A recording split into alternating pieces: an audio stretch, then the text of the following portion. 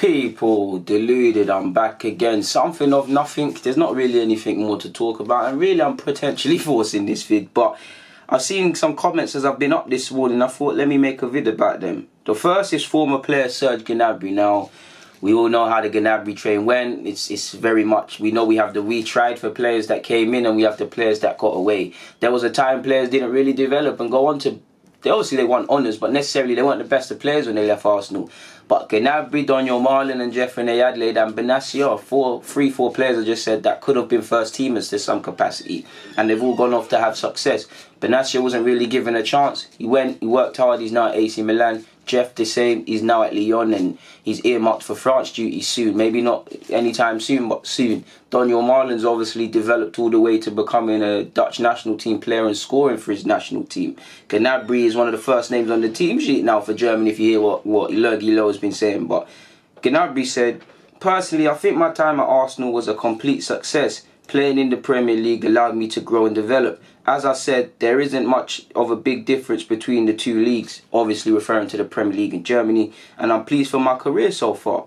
On his time at Arsenal, he said, at the beginning, everything went well for me. I played on a regular basis, and then I played less so. That being said, the experience was very enriching for me on a personal level. So he's obviously made friends for life at Arsenal, the London sort of lifestyle, and it's made him stronger. He was playing, he had the goodness where he was playing, everything was going right, and he was part of the 2014 FA Cup run. He then had injuries, not in the team. He went and played under a dinosaur at Pulis, which led to him not really having the best of seasons and whatnot, and just the best of time at Arsenal. And then he went away. And it did make him stronger. It made him hungry to go out there and go to Werder Bremen and then Hoffenheim on loan. Now he's playing for Bayern Munich sort of thing. So shout out to him for that. I did see some. What other comments did I see, people? I saw some Arteta comments. So let me, one sec. Type in Arteta's name on Twitter in the search bar. In his relation to his approach about Arsenal, he said, sometimes I was about to, and Newcastle as well, sometimes I was about to leave, but I stopped myself. The first was different, the second was mostly me. There have been some things, but the decision I made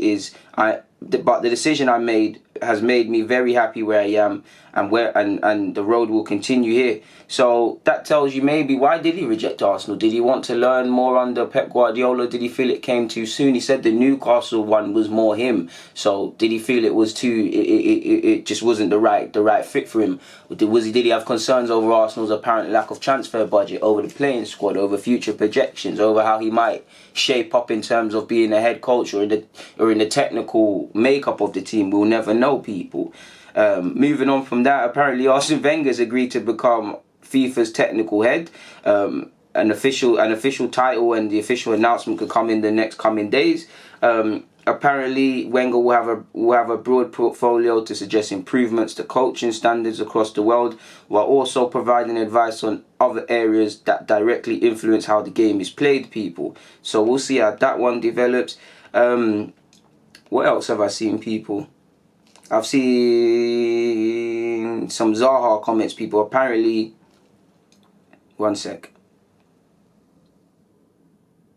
Apparently, according to sources, the FA has been informed of a dispute between Wilfried Zaha and his representative. The development of Zaha wanting to terminate his contract with USM's Will Salthouse would suggest that he has no desire to remain at Selhurst Park.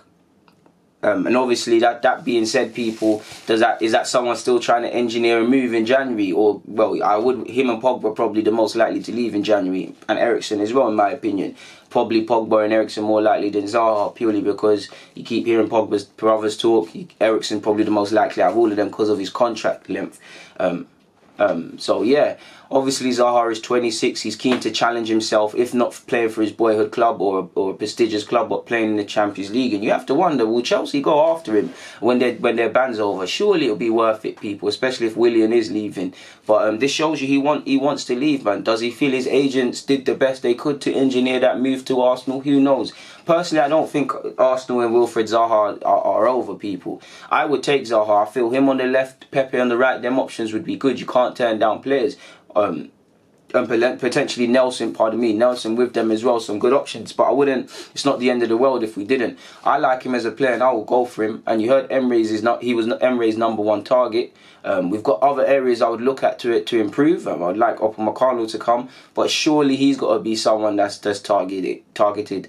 Roy Hodgson has praised him in recent weeks, saying how professional he stayed after the whole move not happening and things. But is this designed to find? Is he going to look for? Let's just say I don't think he would, but just say he went for Mino Raiola, who works with Mkhitaryan and all these players. I would think he'd be an Arsenal player because that guy really does his agent thing. So maybe he's agreed with his agents and he wants to engineer a move again to Arsenal or elsewhere. But I don't believe we've seen the end of that saga. Personally, myself, people. It would be I would welcome him without a doubt, people, and I think most of you would. Obviously he rubs people up the wrong way, a lot of people, but I personally would take him. I'm not going to sit here and lie. I don't feel there's any other significant news. Let me just do a quick Google search of Arsenal, people, and see if there's anything of note to you. Apparently Arsenal have held talks with the players in relation to obviously Ozil and Sead Kolasinac attempted robberies. Obviously that talk is obviously to consist of risk assessment, safety, how we can better protect our players and decrease the risks of these sort of things happening, which I don't understand why it makes news, because that's obviously common sense to a small degree, surely, people. Just seen an article about Watford and Arsenal, so I thought let me click on it. Already spoken of. I've just done my preview today, people. It's just a bunch of injury news. It's just a bunch of injury news. This isn't really. I thought we was going to see more Watford information.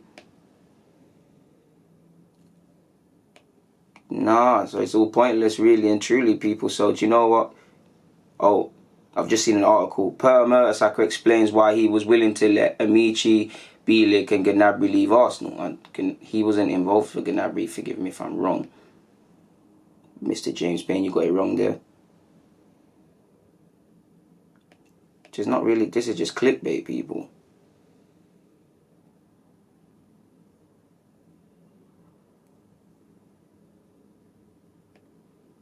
Nah, this is just...